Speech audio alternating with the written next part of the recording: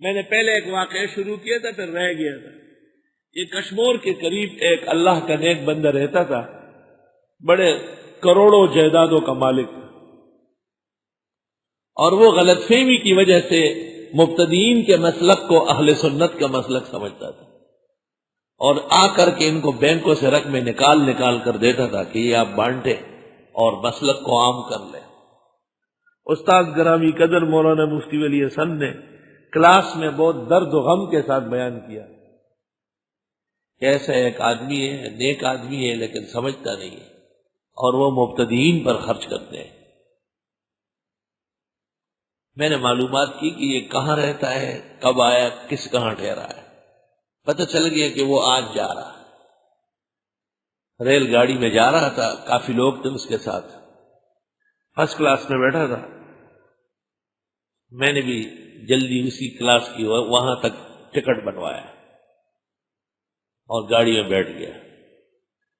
جب گاڑی حیدرآباد سے آگے بڑھی، مجھ سے پوچھا مولوی صاحب کہاں رہتے ہو؟ میں نے کہا یہاں کراچی میں. کہاں کے ہو؟ صوبہ سرحد کے. یہاں کیسے آئے؟ فلاں جگہ پڑھنے. اچھا بنوری ٹاؤن میں پڑھتے ہیں؟ اس زمانے میں نیو ٹاؤن کہلاتا. میں نے کہا ہاں. تو میں نے کہا مجھے آپ سے کچھ بات کرنی ہے، مگر میری ایک شرط ہے کہ میں 8 منٹ بات کروں گا وہ آپ خاموش رہیں، اور پھر آپ 1 گھنٹے تک بات کریں، میں خاموشی سے سنتا رہوں. اس نے کہا ٹھیک. نیک آدمی تھا. میں نے 8-10 منٹ میں اہل سنت والجماعت کا تعارف کیا اور ان کی نشانیاں اور عقائد و اعمال بتائے، پورے دلائل کے ساتھ، پورے موڈ میں. وہ چپ چاپ سنتا رہا. راستے میں بڑا اکرام کرتا رہا. جب وہاں میں پہنچ گیا، لوگوں کو جمع کیا، مجھے کہا آپ تقریر کریں، نماز پڑھائے.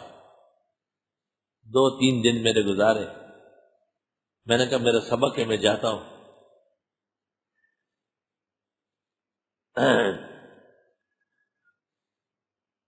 کہنے لگے میں آپ سے وہیں ملنے آ رہا ہوں، بنوری ٹاؤن، جو اس زمانے میں نیو ٹاؤن کہلاتا تھا.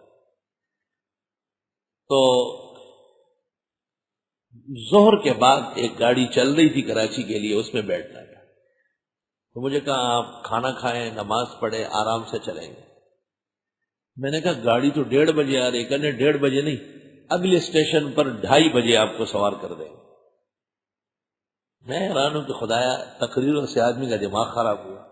شہر کا جو اسٹیشن ہے اس میں نہیں بیٹھنے دے رہا، اگلے اسٹیشن پر.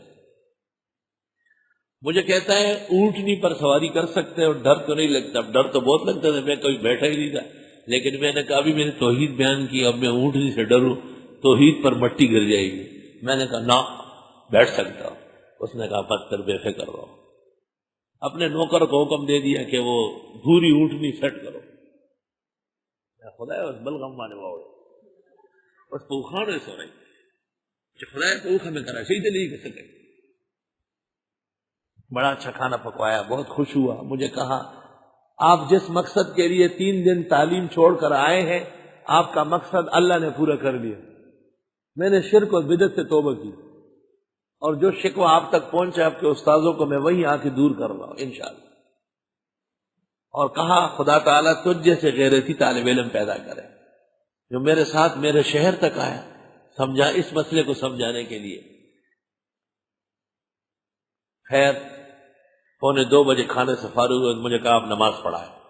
میں نے نماز پڑھائی اور مجھے کہا بس اب آپ کو رخصت کرتے ہیں. آپ نے آدمی کو کہا یہ اسٹیشن نہیں، دوسرا نہیں، تیسرے اسٹیشن پر گاڑی پہنچے گی 2:45 بجے اور تم پہنچ جاؤ گے 2:15 بجے. آدھے گھنٹے میں اونٹنی پہنچائے گی. اب میں کہہ رہا ہوں خدا ہے کیا پاگل پن ہے، ریل گاڑی پہنچے گی اتنے گھنٹے میں، اونٹنی آدھے گھنٹے میں. اور وہاں حضرت کو اتارے، ٹھنڈا پلائے اور ٹکٹ بنوائے اچھی جگہ میں اور سیٹ پہ چڑھا دیں. اونٹنی پر ہم بیٹھ گئے. اونٹنی جب آبادی سے نکلی نا تو قصہ یہ تھا کہ گاڑی تو شہر سے نکلتی ہے نا، اس کا راستہ بہت طویل تھا پٹلی، لیکن اونٹنی کا راستہ جنگل سے تھا اور وہ اس طرح وتر پہ جا رہا تھا، یوں جا رہی تھی. اور گاڑی نے تو یوں جانا تھا، بہت اردا گرد بہت شہروں سے گھوم رہی تھی، خبر صحیح ہو رہا تھا۔ آدھے گھنٹے جو اونٹنی چلی، اب میں غور کر رہا ہوں پورا آسمان گھوم رہا ہے، میں کبھی بیٹھا ہی تھا اونٹنی پر۔ آدھے گھنٹے کے بعد میں گھڑی کو دیکھتا ہوں، آدھا گھنٹہ ہو گیا، اسٹیشن آ گیا، کوئی ویران جنگل کا اسٹیشن۔ اس نے کہا یہی اسٹیشن ہے۔ صرف ٹکٹ بیچنے والا اکیلا بیٹھا ہوا تھا۔ اس نے پوچھا گاڑی آئی؟ پھر اس نے کہا گاڑی آنے میں آدھا گھنٹہ باقی، 2:45 بجے گاڑی آئی۔ انہوں نے ٹکٹ بنوایا، کوئی ادھر ادھر دوڑا، کوئی ٹھنڈی بوتل تو نہیں، میں ٹھنڈا پانی کہیں سے اٹھا لایا، اپنے سیٹ کی بات پوری کی، سیٹ پر مجھے بٹھایا، میں کراچی روانہ ہو گیا، پہنچ گیا، اپنے سبق میں جا کے شریک ہوا۔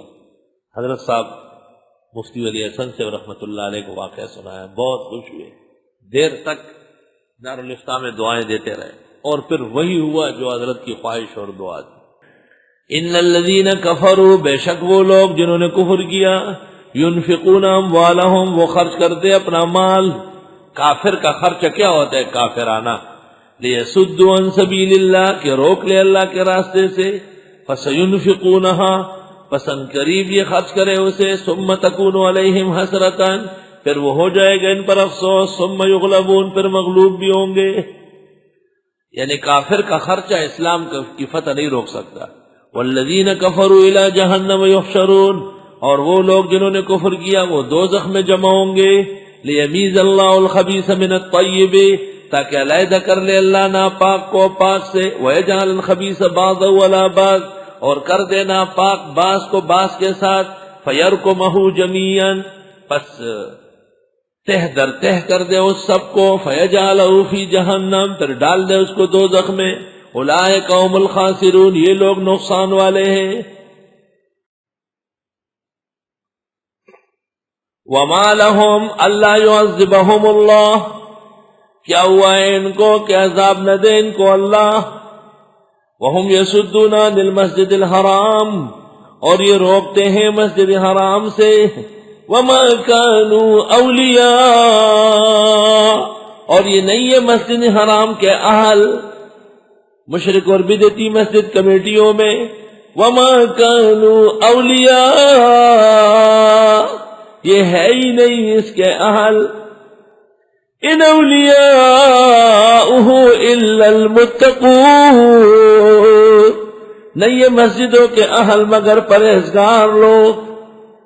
اس سے پتہ چلا کہ مسجد انتظامیہ میں فاسق کا ہونا، مسجد انتظامیہ میں بے دین کا ہونا، بدعمل کا ہونا ناجائز و حرام۔ ولیکن اکثرہم لا یعلمون، لیکن اکثر ان کے جانتے نہیں۔